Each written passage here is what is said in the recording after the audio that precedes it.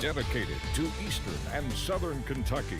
This is WYMT Mountain News Weekend Edition. Good evening, I'm Keaton Hall. Lack of donors has led to a nationwide blood shortage and has now made an impact on a local level.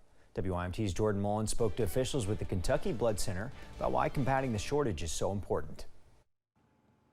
A blood shortage has been seen nationwide and here in the mountains, while demand for blood products has been on the rise. We have seen an increase in transfusions over the last several months. While we're seeing simultaneously it's getting more difficult to collect blood, the need has never been greater.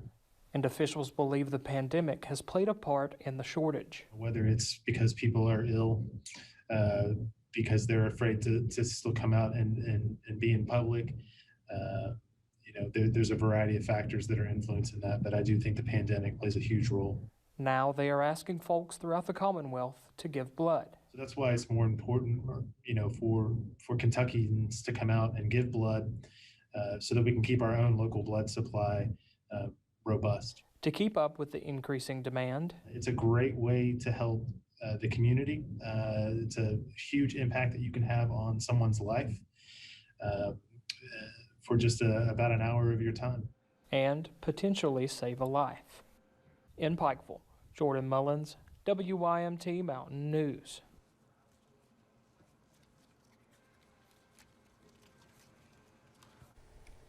Celebration was hosted in Beattyville today, commemorating all who survived during last year's historic flooding. Several city and county organizations banded together to bring the event to life. A ribbon cutting was held to give the city a fresh start. Plaques were given out to many who faced the worst of the flooding. Beattyville Mayor Scott Jackson says he was proud of his team. They have put in all the local people that had been involved, that put in the town during the flood, and recognized all agencies that work for the county and for the city. The event was held from 1 p.m. to 3 p.m. Jackson says they're looking forward to what the future holds for his city.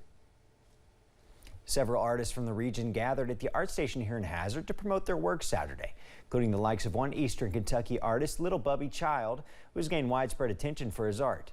The owner of the red-spotted newt, Mandy Scheffel, was inspired to host an event for the Floyd County native after noticing how well his work was selling at her store.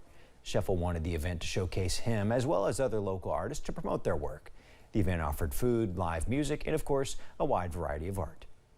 And with events like this, it brings people to Main Street. So with the idea that you come here, check out the band, shop with these vendors, grab some lunch, but also shop downtown and visit Main Street. Scheffel adds that she hopes to host more events like this one in the future, but in the meantime, she encourages everyone to shop at the red-spotted newt. New details are emerging in the case against Shannon Gilday, the 23-year-old accused of murder after he broke into the home of former state representative Wesley Morgan. According to the recently released search warrant, Gilday's mother filed a missing person report on her son the day after the murder. The documents show the most information came from Gilday's friend. Troopers say they were contacted by a friend of Gilday's who say he found the directions to Morgan's mansion in Gilday's apartment.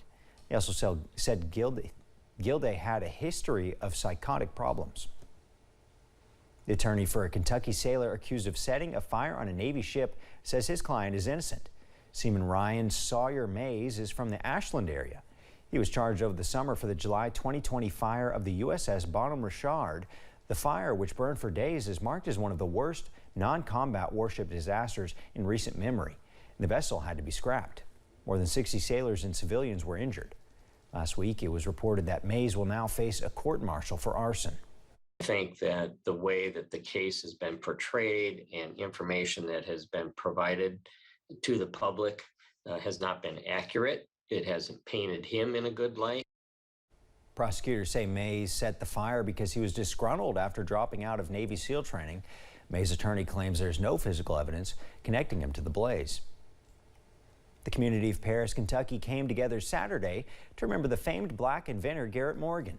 Morgan is credited with inventing the stoplight, hair straightener, and gas mask.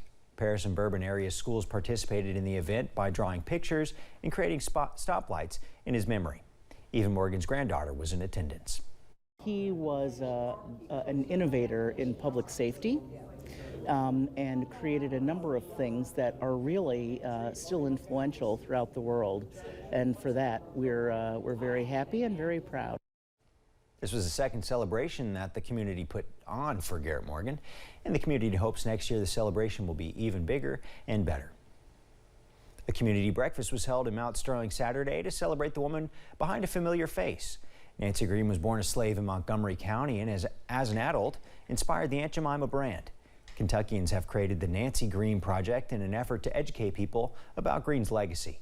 Green's great-great-great-great nephews, Michael and Marcus Hayes, flew to Kentucky to be a part of the event. It shows change, right? We're honoring somebody who couldn't see that, right? She couldn't be in a room where you can have that many diverse people sitting together. The culinary scholarship in Green's name that will be given out to a minority student is now at $7,500 and growing. The Nancy Green Project is still taking donations. Festival in Green's name will take place this spring in Montgomery County. Still to come at 11, gas prices are continuing to increase as the economic fallout from Russia's invasion of Ukraine is hitting home. All is quiet tonight, but scattered showers return to the area by Sunday. I got that full forecast coming up.